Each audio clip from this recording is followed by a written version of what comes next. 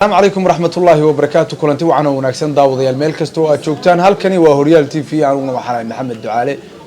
barbarkayga waxa ku sugan xogayaha xiriirka gobolada iyo degmooyinka xisbiga kulmiye Nagiib Maxamed Cismaan Nagiib waxa uu ka hadli doonaa isla markaana aanu ka wareysan doonaa muran iyo sidoo kale khilaaf soo kala dhaxgalay golaha guurtida iyo sidoo kale golaha wakiilada oo la isku yiraahdo xarunta baarlamaanka ama aqalka baarlamaanka waxaana ay labada gol isku khilaafsan yihiin xeerkii doorashooyinka ururada iyo sidoo kale tan madaxtooyada oo golaha wakiiladu markii uu guurtida u gudbiyay wax ka bedel ku sameeyay Nagiib soo dhaw arrimaha ka soo cusboonaanaya golihii guurtida iyo wakiilada sidee kula muuqdaan السلام عليكم ورحمة الله وبركاته. مركب ورقة واحد سلام يا هوريال تي في محمد دعالي كاميرا مان كينا لبدينا واحد اللي يسوي هذا دورتها بريحان من دوني يرتين يرو رئيس بحيه لكن نتبع شرتو حوي قضب كوباد يعني قولها جورتش يا بارلمان كا أهونتي ما كاد إكتو حربا أي برنامج سواء سيين حر كانوا حيسوا قدبيين قولها جورتشدا قولها وكيلة أي سواء سيء وحنا لو سوا قدبيين قولها جورتشدا قولها جورتشدا ممكن لو سوا قدبيين قولها جورتشدا وحي كسمين أفر بلود بهيستين حر كانوا حي كهيستين وحكي بدل إياك هابس أي كسمين وحبدل كاي كابس تا أي كسمين أوجد وحبدل كاي قابستا ay ku sameeyeen ayay u soo celiyeen golihii guurtida iyagoo markaas soo faahfaahiyay qodob walba oo ay wax ka bedel ku sameeyeen ba sababtii wax bedelka ugu sameeyeen kay kaabista ku sameeyeen sababtii kaabista ugu sameeyeen ayagoo faahfaahin dheeraad ah oo mid walba ay faahfaahin leedahay ayay u soo gudbiyeen golihii guurtida waxay ahayd in xeerkaasi loo soo gudbiyay ee golihii guurtida u soo gudbiyeen baarlamaanka inay baarlamaankuna ka doodaan oo iyaga laftigooduna ay ka munaaqashoodaan kadibna ay ansixiyaan ayay ballan tahay laakiin waxay sameeyeen koodii hore oo aan ahayn kii golaha guurtida wax ka bedel ku soo sameeyeen ayay dib u ansixiyeen oo intay duuduub u qaateen bay markiiba ka tuureen iyaga oo ujeeddo gaar ah kale ma garanayo ujeeddada gaarkii ka lahaayeen laakiin muranka siyaasadeed ee dalka inta badan wuxuu ka soo burqadaa baarlamaanka gudihiisa ka soo burqadaa baarlamaankana gacmo badan baa ku dhex jira oo rag baa dee baarlamaanka gacantiisa ku jira ayaa ku dhex jira marka maadaama oo baarlamaanku ay ku dhex jiraan dad badan ku dhex jiraan baa dad ujeeddo gaara leh ayaa arrintan ku jira ma garatay marka adigu waxay ahayd baarlamaanku dee inay ansixiyaan laakiin may ansixinin marka golaha guurtida waxaa ka xanaajiyey dee koodii baanay ayaanay eegin arrin hadday eegi lahaayeen oo ay wax iyaguna ka bedelid iyo kaabis ku samayn lahaayeen dhibaato may ahaateen oo koodii baanay eegin oo iyaga koodii baanay eegin sababtaasaa keentay markaa inay golaha guurtidu ay xanaaqaan oo runtii ay yidhaahdaan dee waa in dib annaguna markayga aanu dib eegis ugu samaynaa xaqna way u leeyihiin qodobka 38 baa dee xaq u leh in dib loogu soo celiyo oo ay dib u eegaan Nagiibow haddii aan u nimaadno maalmihii ugu dambeysay xisbiyada mucaaradku sida xisbiga wadani waxay walaac xoog ka muujinayeen doorashada madaxtooyada oo ay leeyihiin markan haddii labada gol ay soo dhaafiyeen haddana xukuumaddu waxay raadinaysaa chance kale oo ay muran siyaasi ama khilaaf siyaasi ku abuurto arrimahaas walaac ay ka muujinayaan xisbiga wadani iyo xisbiyada mucaaradka سيدنا المقطعين والله نيهو مركز إكتو هرت ده أنا كلمية أهان مركز إكتو حسبي كلمية إياه مدحرة ذلك ده من حوينه وقصر هيا سير كهرماء قدومية حسبي إياه وكحيو مركز إكتو ده وحي واجبات كي وحسبي ولها أما الدولة هذول كقارة أنا قرن معي مو مركز سياسة ده مرة بالوقصر ريح هي الدولة إياه حسبي أنا وحن قبا ها ولا عرق كشكين يعني ورنتي مركز إكتو خلط مرها حكومته يجا أياق قشين يدوني إني ولا كموتشيان واي ما أنتي ورا يقولها قلت وحير كان أنسيه ووضع عاموسين مركري أي صحتك بحين يبغى يدوني يعني مر والله إن لي هذا حير كوال الديدي أو دولة الديدي أما سكر الديدين أو هكذا قشات كسمعيان أنا ما قررنا يا مركز قشات يرب شدة يبوق أي كدونيان meesha ma garanaya laakiin waxaan u arkaa un inaanu xukuumadduna shaqo ku lahayn golaha guurti gola muxuu ahayday kulmiyana aanu shaqo ku lahayn ee ay mucaaradku ay doonayaan mar kasta inay wax bilaabaan mar walba waad arkaysaa nin kastoo mucaarada markuu hadlo wuxuu ku leeyahay madaxweynaha aan la dooranin nin markaad si u eegto madaxweynaha aan la dooran horta iyaga yaa doortay iyaga laftigooda liisankii uu ka dhacay nimankan ururada waa wada ururaan wada nahay macaa kan kulmiye macaa wuxuu iyaguna ururaan nahay iyaga laftigooda yaa doortay oo sharciga u siiyey madaxweynaha sharci baaba la siiyey golaha guurtida ugu dhufatay shaambad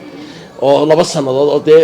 sharci siisay laakiin anigu waxaan la yaabanaya iyaga laftigooda maalmo walba waxay la soo taagan yihiin madaxweynaha aan la dooranin waa yahay madaxweynaha golaha guurtida siiyey waa sharci oo dastuuriyan iyaga yaa siiyey beel baa dee mislaxa dadka ku kala gaxaysay oo tiri bal isa saariyo waxa la eego welina xeerkii wataa waa la isku haystaa lama ansixin iyaga laftigooda ururnimadii bay haystaan way ka dhacay shahaadadu way ka dhacday oo way ka dhacday wax kasta iyaga laftigooda yaa ansixiyay ma beel baa ansixisay oo markaa ma beel baa iyagana 2 sanadood ee siisay sida madaxweynaha loo siiyey golaha guurtida u siisay markaa waa ban yaabanahay baan ugu dawladdu iyo kulmiye midna xeerkan ma hortaagna iyaga hortaagan baryahaniyahowna waan arkayo xogayaha guud ee xisbiga wadani runtii in badan dhaleecaynaya dawladda oo hadlaya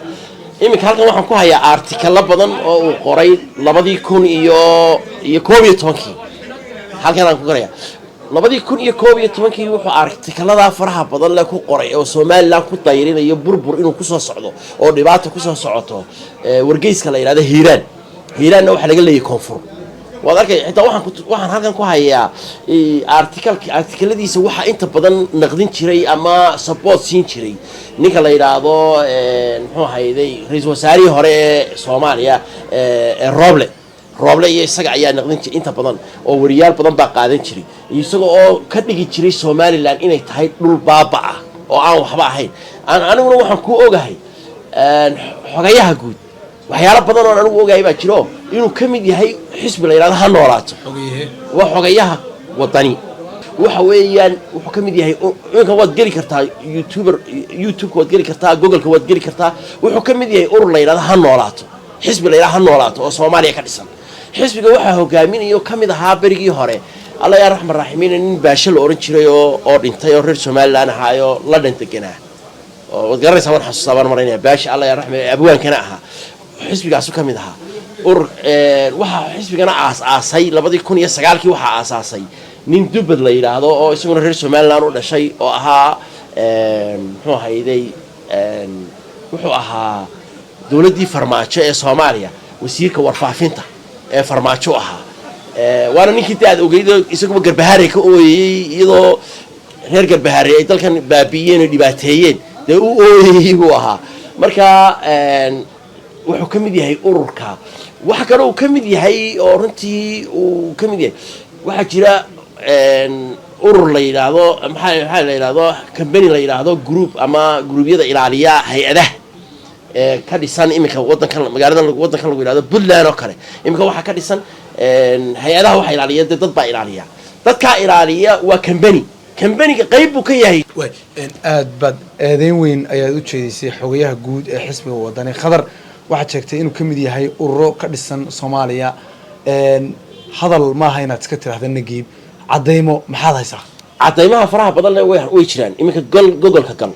ha noolaato xisbi la yiraahdo ka tirsan oo Soomaaliya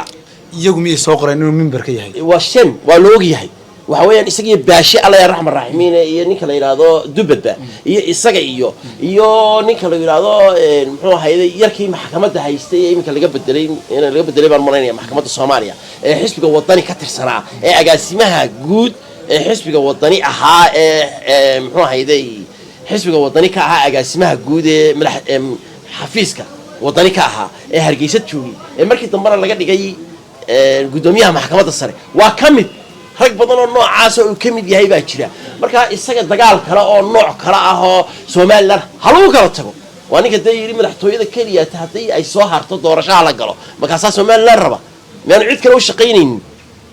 meel hay'adihiisa iyo company-diisa ay Puntland ka shaqeynaynin de isaga miyaan ka shaqeynaynin company-ga ilaaliya hay'adaha ilaaliya muxuu hayday groupka la yiraahdo ilaaliya miyaan ka share ku lahayn ميانو سومالان أنا دبين دابي سو كهين dhul Soomaaliyeed nagib dhul Soomaaliyeed hadii uu qofku ganacsi ka sameeysto jigjiga ka sameeysto muqdisho ganacsi ka sameeysto iyo siyaasadda waxa uu aaminsan yahay hadda isku mid maaha uu shaqaysanaya wad ku soo celinaysaa goorahan bay politicalku ma aha sida siyaasadda Somaliland marka aad ku jirto waa in siyaasadda Somaliland ka shaqeysaa nabadgelyadeeda danteeda wax walba oo ka hor ugu horeeyo waa in dawladda ka shaqeysaa ما هاي لا تكشقيسو دبين دابيو ganacsi baan siyaasi baan hay Somaliland u dhashay oo Somaliland aaminsan dawladda kale ganacsi baa ku haystaa oo ka soo horjeeda jiritaanka ka soo horjeeda inaad ma dhici karto wax kale ma isu sheegnaa midda labaadna anigu waxaan u aqaanaa terrorismka political ka aqaanaa waa argagixisada siyaasadda waxa way xogayaa guud ee wadani waa argagixisada siyaasadda aan u aqaanaa sababtoo ah 24 hours waxaan caadifad ahayn oo aan ahayn dhibaato iyo dibin daabiye dalka gudihiisa aan ahayn ma wado ma fahamtay rag badan oo waan arkayay imikada laftigeeda mid baan waan arkayay rag badan oo xisbiga wadani ka tirsan oo xildhibaano oo badan hadii ayna xildhibaanada horta intaynaan u gelin hadii aynu khadar ku ekaano eedayn badan baad jeedisay waxaad wax ka sheegtay isaga waxaad wax ka sheegtay in meelo kale u shaqeynayo nagiibow hadii lagu yiraahdo cadee waxaad ku hadlayso ma cadeynaysaa waxaan cadeynayaa in ururka